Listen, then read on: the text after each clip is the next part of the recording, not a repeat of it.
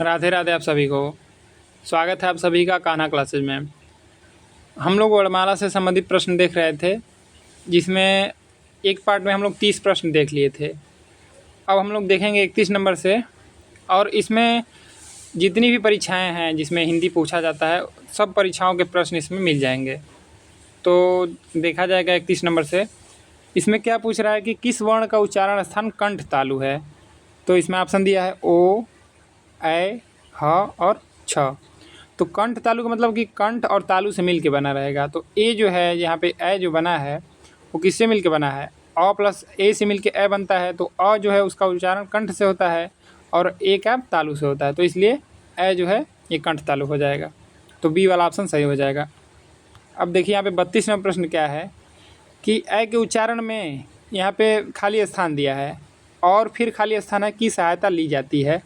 तो छंद तालु यहाँ पे दिया है, इचू यस तालु, कंठ तालु और दंतोष दिया है। तो ये यूपीएसआई में पूछा गया है प्रश्न। तो हम लोग वो अभी ऊपर पढ़े हैं। तो यहाँ पे कंठ रहेगा और यहाँ पे तालु रहेगा। तो यहाँ पे ये वाला ऑप्शन सही हो जाएगा, सी सही हो जाएगा, कंठ तालु। अब देखिए 33 नंबर प्रश्न। स्वर ए का उच्चारण स्थान कौन सा है? कंठ्योष्ठ है कि दंतोष्ठ है कि कंठ तालव्य है कि ओष्ठ है? तो कंठ तालव्य हम लोग पढ़ के आ रहे हैं अभी ऊपर, तो यही वाला हो जाएगा सी। किसी भी वर्ण का उच्चारण मुख द्वारा होता है। जिह्वा मुख के जिस भाग को स्पर्श करती है उन्हीं स्थानों को वर्णों का उच्चारण स्थान कहते हैं। तो हम लोग तो उच्चारण स्थान पढ़े ही हैं। हम लोग ये देखे हैं, वासुदेवानंद प्रसाद की बुक है, शुरू से हम लोग पढ़ ही रहे हैं उसमें, तो हम लोग पढ़ लिए हैं उसको। देखिए यहाँ पे दिया है कि स्वर ए का उच्चारण स्थान कंठ तालु है, जबकि कंठ ओष्ठ वर्ण ओ और औ। तो कंठ ओष्ठ, तो ओ जो है किसे मिलकर बनता है? अ प्लस उ मिलकर बनता है वो। तो अ जो है कंठ से उच्चारण होता है और ओष्ठ जो है उस उ जो है उसका ओष्ठ से होता है। तो इसीलिए ओ जो है कंठोष्ठ हो गया है। वैसे ओ औ भी है। तो ये सब समझने पे समझ में आ जाएगा, ज़्यादा हार्ड नहीं है, कंठोष्ठ और दंत्योष्ठ। अब देखिए आगे। अब दंतोष्ठ वर्ण है व तथा ओष्ठ वर्ण उ यहाँ पे दीर्घ उ है, प फ ब भ म। तो इसको याद रखना है कि दंतोष्ठ कौन है। तो दंतोष्ठ जो है वह है। अब देखिए आगे 34 नंबर है। ओ तथा औ किस प्रकार के वर्ण हैं? ओ औ किस प्रकार के वर्ण हैं? तो तालव्य हैं कि मूर्धन्य हैं कि दंतोष्ठ हैं कि कंठोष्ठ हैं? तो ये क्या है? कंठोष्ठ हैं। ठीक। अब देखिए निम्नलिखित में से कौन से शब्द में अनुनासिकता है? तो यहाँ से अनुनासिकता पूछा है, किस में है? संभावित में, संभावना में, संभव में, संभालना में। तो ये जो डी वाला इसमें ऑप्शन दिया है जो संभालना, यही वाला हो जाएगा, इसमें अनुनासिकता है। तो कैसे है इसको आप देखा जाए यहाँ पे एक्सप्लेनेशन में कि निम्नलिखित में से संभालना शब्द में अनुनासिकता है। अनुनासिक स्वरों की विशेषता है उनके उच्चारण में वायु नाक से कम मुख से अधिक निकलती है। तो नासिक का मतलब ये होगा कि नाक से कम निकलेगी वायु और मुख से ज़्यादा निकलेगी। हिंदी में यह विशेषता चंद्रबिंदु के रूप में दर्शाई जाती है। चंद्रबिंदु प्राय तद्भव रूपों में प्रयुक्त किया जाता है। तो इसको भी ध्यान देना है कि तद्भव में ज़्यादा प्रयोग होता है चंद्रबिंदु का।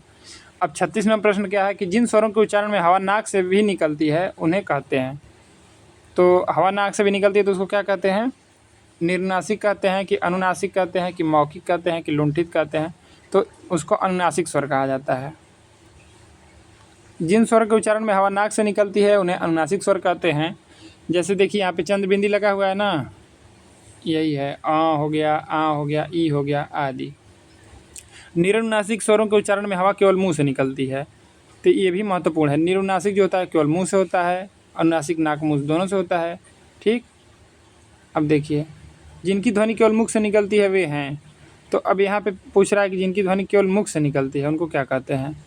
तो वृत्ताकार स्वर कहा जाता है कि समृद्ध स्वर कहा जाता है कि अनुनासिक स्वर कहा जाता है कि निरनुनासिक स्वर कहा जाता है? तो इसमें यही हो जाएगा निरनुनासिक स्वर, जिनकी ध्वनि केवल मुख से निकलती है।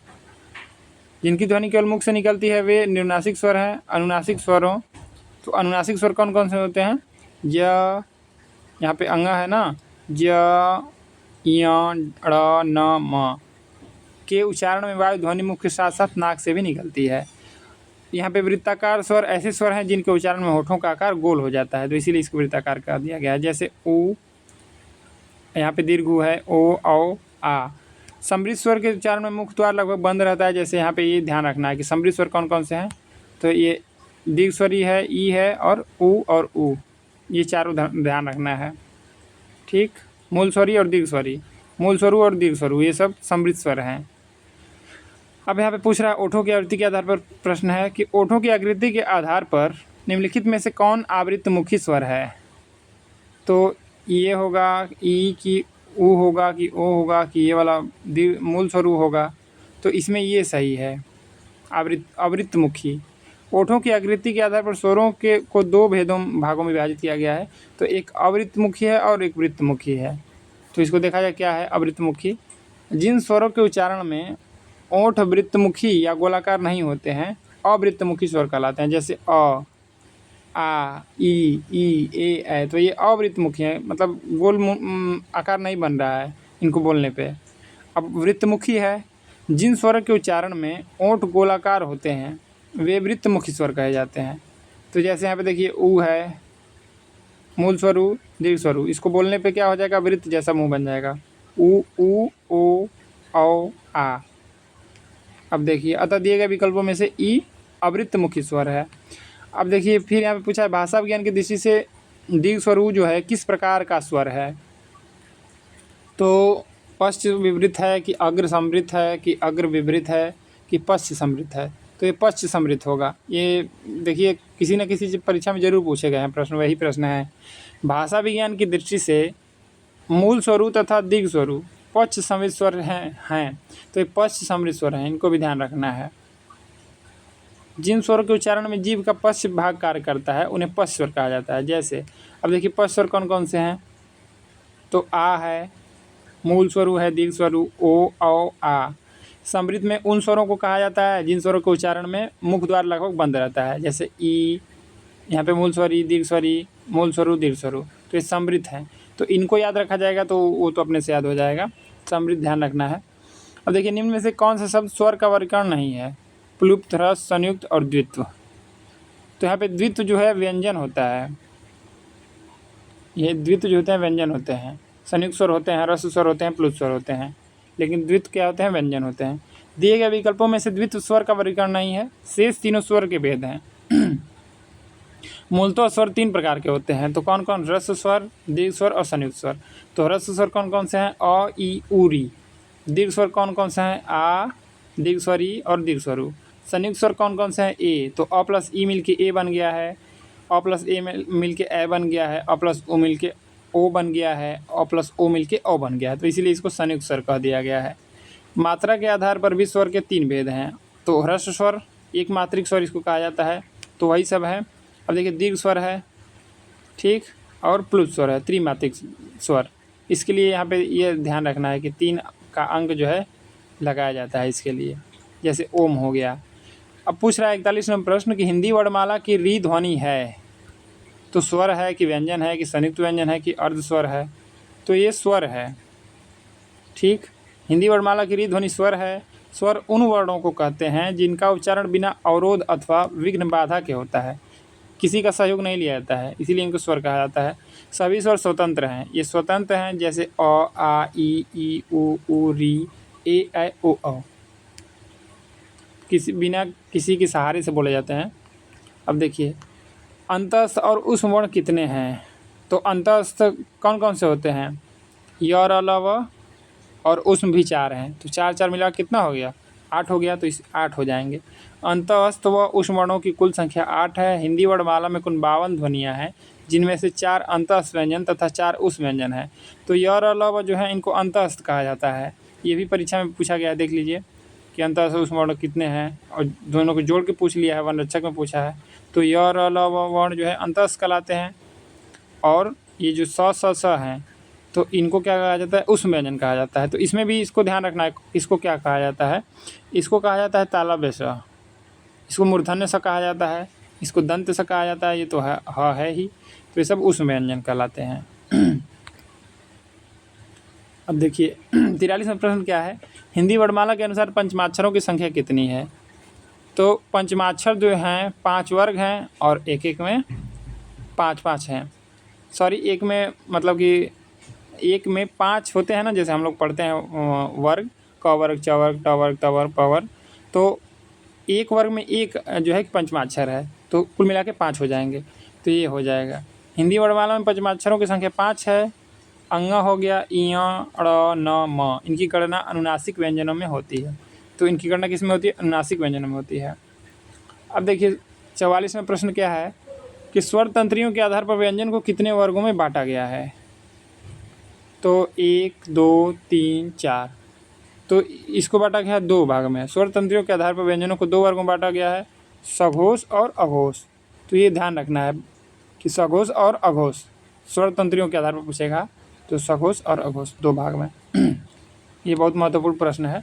नाद की दृष्टि से जिन व्यंजन वर्णों के उच्चारण में स्वर तंत्रियाँ झंकृत होती हैं वे घोष, और जिनमें झंकृति नहीं होती है वे अघोष व्यंजन कहलाते हैं। सघोष में नाद का प्रयोग होता है और अघोष में प्राण का होता है, श्वास का। ठीक, श्वास या प्राण वही चीज़ है।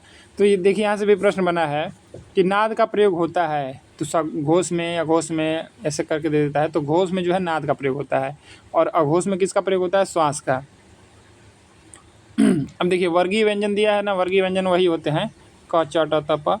वर्गीय व्यंजन का पहला तथा दूसरा वर्ण ये स, स, स यानी कि तालव्य स, मूर्धन्य स, दंत स अघोष होते हैं। जबकि वर्गीय व्यंजन का तीसरा, चौथा और पाँचवां तथा य, र, ल, व, ह तथा स्वर घोष ध्वनि होते हैं। तो यहाँ पे घोष दिया है कौन कौन से होते हैं। ठीक, तो घोष 3, 4, 5 ह भी होता है और य, र, ल भी। ठीक है। अब देखिए 45वां प्रश्न, एक से अधिक वर्णों के मेल को कहते हैं अक्षर, स्वर, व्यंजन, अनुस्वार। तो एक से अधिक वर्ण जब मिलेंगे तो उसको क्या कहा जाएगा? उसको अक्षर कहा जाएगा। देखिए यहाँ पे दिया है क्या, एक से अधिक वर्णों के मेल को अक्षर कहते हैं, अर्थात व्यंजन एवं स्वरों के मेल को अक्षर कहते हैं। जैसे क प्लस अ। ठीक, तो यहाँ पे क देखिए यहाँ पे दिया है ना, क जो है इसमें हलंत लगा हुआ है, मतलब कि इससे अ निकल गया है, तो क प्लस अ मिलके क बन गया है, ख प्लस अ मिलके ख बन गया है, क प्लस ओ मिलके को बन गया है, द प्लस ओ मिलके दू बन गया है, आदि सभी अक्षर हैं। तो इसको ध्यान रखना है, ये महत्वपूर्ण प्रश्न है कि एक से अधिक वर्णों के मेल को कहते हैं तो अक्षर कहते हैं। अब 46वां प्रश्न क्या है, कौन उस व्यंजन नहीं है? तो उसमें में तो तीनों स आते ही हैं। ठीक, स, स, स, ह, और ये ग जो है ये नहीं आता है। दिए गए वर्णों में से ग उस व्यंजन नहीं है। यह एक स्पर्श व्यंजन है जिसका उच्चारण स्थान कंठ है। क, ख, ग, घ है ना कंठ व्यंजन। अब देखिए इसका उच्चारण कहाँ से होगा? कंठ से होगा। शेष वर्ण उष्म व्यंजन है। उष्म व्यंजन यहाँ पे देखिए दिया है, ये तालव्य स, मूर्धन्य स, दंत स और ह, ये उष्म व्यंजन कहलाते हैं। निम्नलिखित में से कंठ ध्वनियाँ कौन सी हैं? तो क, च, ट, त, प में क जो है वे कंठ ध्वनियाँ हैं। ठीक है, तो देखिए यहाँ पे दिया है क, ख, य, र, च, ज, ट, ट, ड़। तो इसमें क, ख जो है ये कंठ ध्वनियाँ हैं दोनों। क, ख कंठ ध्वनियाँ हैं, च, ज तालव्य ध्वनि, ट, अड़ मूर्धन्य ध्वनि तथा य, र अंतःस्थ व्यंजन हैं। अब देखिए घ का उच्चारण स्थान कौन सा है पूछ रहा है। तो क, ख, ग, घ हम लोग जान रहे हैं कि क वर्ण में आ रहा है, क वर्ग में, तो ये कंठ से हो जाएगा, ये वाला सही हो जाएगा इसमें, बी वाला। उक्त विकल्पों में घ का उच्चारण स्थान कंठ है। अ, आ, क वर्ग, ह एवं विसर्ग कंठ ध्वनियाँ हैं। तो ये बहुत महत्वपूर्ण है। जो अ, आ होते हैं ये भी क्या है? कंठ ध्वनियाँ हैं। और ह जो है इसको भी ध्यान रखना है, और विसर्ग भी, क्योंकि ह और विसर्ग एक ही तरह से उच्चारण होता है। दंत जो है त वर्ग और ल स, ये ल स जो हैं ये दंत हैं, ध्यान रखना है इसको। तो ये तो पता ही है कि दंत से इसको कहते हैं, त वर्ग पता है, ये ल को ध्यान रखना है कि दंत ल है। क्या है? दंत ल। मूर्धा है तो इसमें र, ट वर्ग ये पता ही है, और ये र को याद रखना है, और ये स ये तो पता ही है, तो इसको याद रखना है कि रम जो है मूर्धा में आता है। तालु में है ई, च वर्ग, य और स। तो ये तो सब पता ही है, य को ध्यान रखना है कि तालु में आता है। यह क्या है? तालु से उच्चारण होता है उसका। अब देखिए निम्नांकित में से कंठ ध्वनियाँ हैं, तो कंठ ध्वनियाँ कौन कौन सी हैं? क, ख, ग, घ ये जो है कंठ ध्वनियाँ हैं। क, ख, ग, घ कंठ ध्वनियाँ हैं। अन्य ध्वनियाँ इस प्रकार हैं। तो यहाँ पे देखिए वर्ण दिया है, विशेषताएं दिया है। तो प, फ, ब, भ ओष्ठ ध्वनियाँ हैं। अंतस कौन कौन सी होती हैं ध्वनियाँ? य, र, ल, व। तालव्य ध्वनियाँ कौन सी हैं? च, छ, ज, झ। ठीक है। निम्नलिखित में से एक कंठ ध्वनि है। तो यहाँ पे 50वां पूछा है कंठ ध्वनि है, तो कंठ ध्वनि मतलब कि क, ख, ग, घ में से रहेगा।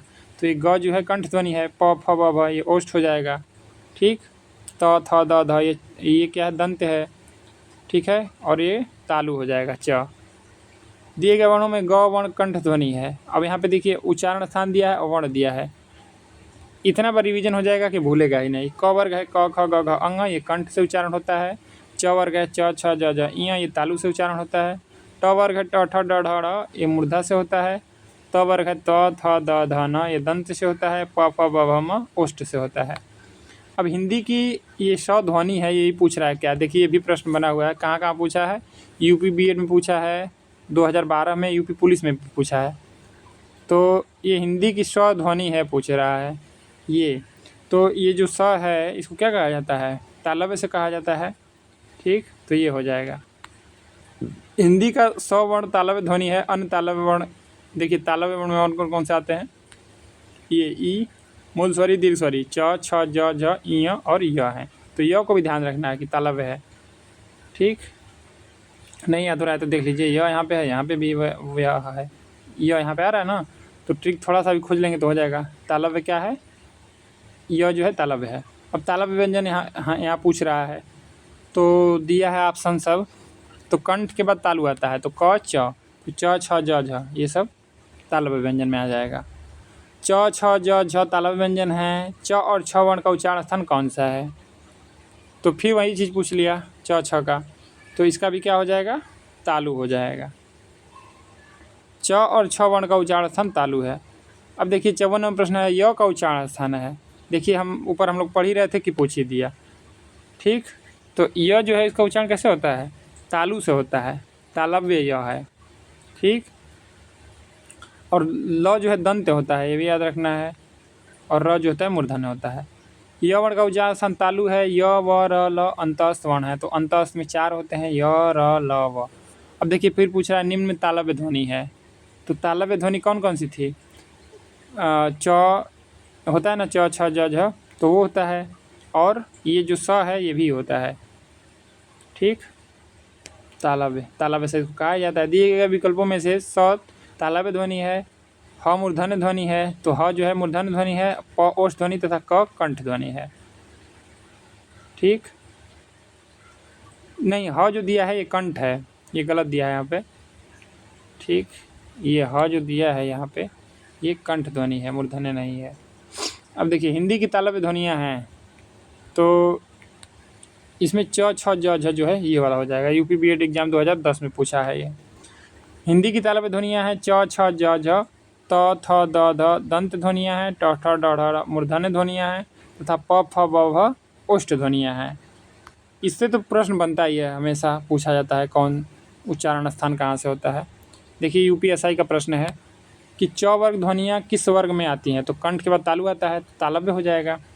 ठीक, ये वाला हो जाएगा। च वर्ग च छ ज झ इं ध्वनियाँ तालव्य के अंतर्गत आती हैं। कंठ में क वर्ग क ख ग घ अंग की तथा दंत में त वर्ग की त थ द ध न ध्वनियाँ आती हैं। अब देखिए 58वां प्रश्न क्या है, च छ ज झ इं का उच्चारण होता है, तो ये भी तालव्य से है। तालव्य वाला को ज़्यादा ही पूछा है यहाँ पे।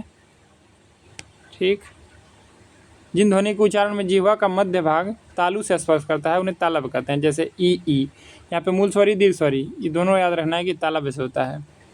और च छ ज झ इं, ये तो ठीक ही है। य और य ध्यान रखना है, ज़्यादातर लोग इसी में फंसते हैं। ये तो सबको याद रहता है कि च छ ज झ इं, ये तो रहता है। ये याद रखना है, स तो याद ही है। और ये दोनों ई और य तालव्य क्या है, यह है। अब देखिए 59वां प्रश्न क्या है कि किस व्यंजन का उच्चारण स्थान तालव्य है। इसमें ज़्यादातर लाइन से दिया है, तालव्य से ज़्यादा प्रश्न है पूछा गया है। तालव्य से पूछ रहा है, इसमें तालव्य उच्चारण स्थान कहाँ पे है, तो ये है झ, च छ ज झ होता है ना, ये हो जाएगा। प्रश्नगत विकल्पों में से झ व्यंजन का उच्चारण स्थान तालव्य है। वस्तुतः च वर्ग के सभी स्पर्श व्यंजनों का उच्चारण स्थान तालव्य है, अन्य व्यंजनों के उच्चारण स्थान निम्नवत हैं।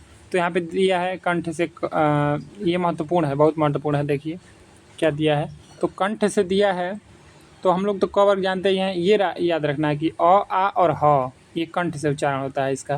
ये बहुत महत्वपूर्ण है, पूछा गया है, पूछा जाता है और पूछा जाएगा। ठीक, अब देखिए तालु है, इसमें च वर्ग तो सबको पता रहता है, लेकिन ये मूल स्वरी, दीर्घ स्वरी और य और श, ये तो स भी पता रहता है सबको, ये याद रखना है दोनों। और ये 3, ये बहुत महत्वपूर्ण है। अब देखिए मूर्धन्य है तो इसमें ये भी पता है कि मूर्धन्य स है, ये भी पता है कि री मूर्धन्य होती है, लेकिन र को याद रखना है कि र मूर्धन्य होता है। दंत में इसको याद रखना है, ल जो है दंत ल होता है। ओष्ठ में तो ये पता ही है, कंठ तालव्य एक कंठोष्ठ ये सब तो पता ही है। दंत्योष्ठ जो है महत्वपूर्ण है, वह जो है क्या है, दंत्योष्ठ है, ये भी बहुत पूछा गया है। अब देखिए निम्नलिखित व्यंजनों में से कौन से व्यंजन का उच्चारण तालु से होता है? तो क, छ, देखिए यहाँ पे छ दिया है, ढ, म, तो ये छ जो है इसका उच्चारण तालु से होता है। छ वर्ण का उच्चारण तालु से होता है, जबकि अन्य वर्णों के उच्चारण देखिए यहाँ पे दिया है कंठ से। ठीक, तो कंठ में ह को भी ध्यान रखना है और विसर्ग को भी। आ तो मान लीजिए है ही, लेकिन कंठ, ह और विसर्ग ये भी महत्वपूर्ण है। अब तालव्य है तो इसमें ये ई ध्यान रखना है, याद रखना है। ठीक है, ये बहुत महत्वपूर्ण है। तालव्य में है, मूर्धन्य में, दंत में, ओष्ठ में, तो ये सब ऊपर हम लोग पढ़े ही हैं, वही चीज़ है। अब निम्नलिखित में से कौन सी ध्वनि तालव्य है? तो इसमें देखिए तालव्य च, छ, ज, झ, ये ज हो जाएगा। ठीक, वर्णों के उच्चारण स्थान इस प्रकार है। तालु और जीभ के स्पर्श से बोले जाने वाले वर्ण तालव्य कहलाते हैं, जैसे य और श। तो यहाँ पे फिर से वही चीज़ दिया है। इतना रिवीजन हो जाता है ना, इतना पढ़ने पे इसको ये हो जाएगा कि इतना बार सामने आ जाएगा कि फिर वो भूलेगा ही नहीं। अब देखिए फिर पूछा है निम्नलिखित में से कौन सा वर्ण दंत नहीं है? तो इसमें दंत नहीं है पूछ रहा है। तो देखिए त, थ, द, ध, ये सब क्या होता है, दंत होता है। और ल जो होता है ये भी होता है, दंत ल होता है। य जो है ये दंत नहीं है, यहाँ पे यह वर्ण दंत नहीं है, बल्कि इसका उच्चारण स्थान तालव्य है। जिन वर्णों का उच्चारण दांत की सहायता से होता है उन्हें दंत वर्ण कहते हैं, जैसे त, थ, द, ध, न, ल और स। निम्नलिखित में से कौन सा वर्ण उच्चारण की दृष्टि से दंत नहीं है? फिर वही चीज़ पूछा है, लेकिन प्रश्न अलग है। देखिए उच्चारण की दृष्टि से दंत नहीं है, तो त, थ, द, ध, ये सब क्या है, ये उच्चारण की दृष्टि से दंत हैं, लेकिन पूछ रहा है कौन नहीं है। ठीक, तो ये ट जो है क्या है, मूर्धा से है। ठीक है, देखिए इसको भी, ट वर्ण उच्चारण की दृष्टि से दंत नहीं है। ट वर्ग के वर्णों का उच्चारण मूर्धा से होता है, शेष त वर्ग के व्यंजन दंत हैं। अब फिर देखिए 64 नंबर पूछ रहा है, ट वर्ग उच्चारण की दृष्टि से किस प्रकार की ध्वनि है? यहाँ पे ऐसे दिया है कि मतलब पूरा कोई भी बचेगा नहीं, ऐसे एकदम इतना बांट दिया है इसको कि कंठ से जो पूछा गया है, तालु से पूछा गया है, मतलब कहीं से ऐसा प्रश्न कि जो पूछा नहीं गया हो, हर प्रश्न इसमें सम्मिलित किया गया है, सभी प्रश्न को। क वर्ग, ट वर्ग, च वर्ग ऐसे लाइन से कर दिया है। ट वर्ग उच्चारण की दृष्टि से इस प्रकार की ध्वनि है, तो कंठ, तालव्य, मूर्धन्य, दंत। तो ट वर्ग क्या होता है, क, च, ट, तो कंठ, तालु, मूर्धा, ये मूर्धा से होता है, मूर्धन्य हो जाएगा। ट वर्ग उच्चारण की दृष्टि से मूर्धन्य ध्वनि है, तो इसमें क वर्ग दिया है, क, ख, ग, घ, अंग, कंठ से, च वर्ग, च, छ, ज, झ, इ, तालव्य से, त वर्ग, त, थ, द, ध, न, दंत से। अब देखिए यहाँ पे मूर्धन्य स है, हम लोग तो इसको जानते हैं कि मूर्धन्य स है, इसका उच्चारण स्थान पूछ रहा है, तो मूर्धन्य स हम लोग याद किए हैं तो मूर्धा हो जाएगा। कितना आसान है। अब 66 नंबर प्रश्न देखा जाए, ये तो मान लीजिए यहाँ पे उसका दिया है एक्सप्लेनेशन कि मूर्धन्य स का उच्चारण मूर्धा से है, अन्य उच्चारण स्थान से संबंधित वर्ण इस प्रकार हैं। तो यहाँ पे कंठ दिया है, तो ह और विसर्ग को ध्यान रखना है। तालु में इसको स को और य, ई और दीर्घ स्वरी और मूल स्वरी, इसको ध्यान रखना है। मूर्धा में री को और र को, स को ध्यान रखना है। दंत में ल को और स को याद रखना है, क्योंकि और सब तो याद ही है। ढ वर्ण का उच्चारण स्थान और वर्ग है। ठीक, तो ये चीज़ पूछा है ऑप्शन में करके, यूपीएसआई में पूछा है। देखिए कैसे प्रश्न बनता है, ये भी समझ में आ जाएगा। तो ढ वर्ग का उच्चारण स्थान क्या है, ट वर्ग है, ट है, और रिक्त स्थान हेतु सही विकल्प चुने। देखिए यहाँ पे नीचे दिया है ट वर्ग होगा, और चौथा दिया है ढ वर्ण का उच्चारण स्थान मूर्धा है, या ट वर्ग का चौथा वर्ण है। ठीक, तो यहाँ पे ऊपर मूर्धा हो जाएगा और चौथा वर्ण हो जाएगा। प्रश्न त्रुटिपूर्ण प्रतीत होता है क्योंकि ढ वर्ग का उच्चारण स्थान मूर्धा है और यह ट वर्ग का चौथा वर्ण है, जो कि किसी भी विकल्प में नहीं दिया गया है। ठीक, प्रश्न थोड़ा सा विवादित है, इसको देख लिया जाए क्या कह रहा है सही से। यहाँ पे देखिए ऑप्शन ही गलत दे दिया है। ठीक है, यहाँ पे ट वर्ग ही दे दिया है, ये मूर्धा देना चाहिए था, ये गलत दे दिया है। अब देखिए 67 नंबर प्रश्न, निम्नलिखित में से दंत ध्वनि है, तो दंत कौन है, क, छ, प, त, तो इसमें त जो है ये दंत ध्वनि है। ये आरआरबी में पूछा है, यूपी बीएड में पूछा है, उपयुक्त विकल्पों में त दंत ध्वनि है, अन्य दंत ध्वनि त वर्ग के वर्ण तथा श है, क कंठ ध्वनि है, छ तालव्य ध्वनि तथा प ओष्ठ ध्वनि है। अब 68वां प्रश्न है, निम्न में से दंत ध्वनि है। तो ल जो है दंत है, हम लोग पढ़ते आ रहे हैं शुरू से कि ल जो है दंत ध्वनि है, तो ये वाला हो जाएगा। अब देखिए, मुख्य जिस भाग से जिन वर्णों का उच्चारण होता है उसे उस वर्ण का उच्चारण स्थान कहते हैं। हिंदी वर्णमाला के व्यंजनों का उनके उच्चारण स्थानों के साथ संपूर्ण विवरण निम्नलिखित है। तो ये हम लोग शुरू से पढ़ते आ रहे हैं, बहुत बार दिया है, ठीक, तो रिवीजन हो जा रहा है बार बार। इनमें से दंत ध्वनियाँ हैं, तो दंत ध्वनि इसमें से कौन सी हैं? त थ द ध, ये दंत ध्वनियाँ हैं। अब देखिए, आज का अंतिम प्रश्न है 70 नंबर। यहाँ पे एक्सप्लेनेशन दिया है इसका कि च छ ज झ तालव्य है, प प ब भ ओष्ठ है, ट ठ ड ढ ड़ मूर्धा है और त थ द ध दंत है। तो 70 नंबर क्या पूछ रहा है? ल और स का उच्चारण किस स्थान से होता है? तो ल और स का उच्चारण स्थान किस स्थान से होता है? उच्चारण किस स्थान से होता है? तो दंत से होगा, ठीक, ये वाला हो जाएगा। ल और स का उच्चारण दंत है। हिंदी वर्णमाला के वर्णों के उच्चारण स्थान से संबंधित विवरण निम्नलिखित है। तो यहाँ पे कंठ से दिया है, ठीक, वही चीज़ जो बार बार दे रहा है वही दिया है, तो रिवीजन एकदम अच्छा से हो जाएगा, ठीक। तो आज हम लोग 70 तक देख लिए। लगभग इसमें हमको लग रहा है कि 150 प्रश्न होगा, 150 तक हो जाएगा, क्योंकि एक भी प्रश्न छूटा नहीं है। कोई भी ऐसा प्रश्न नहीं है जो पूछा गया हो इसमें नहीं दिया है, हर प्रश्न है, सभी प्रश्न इसमें सम्मिलित हैं। तो आप सबको जुड़ने के लिए धन्यवाद। फिर मिला जाएगा कल।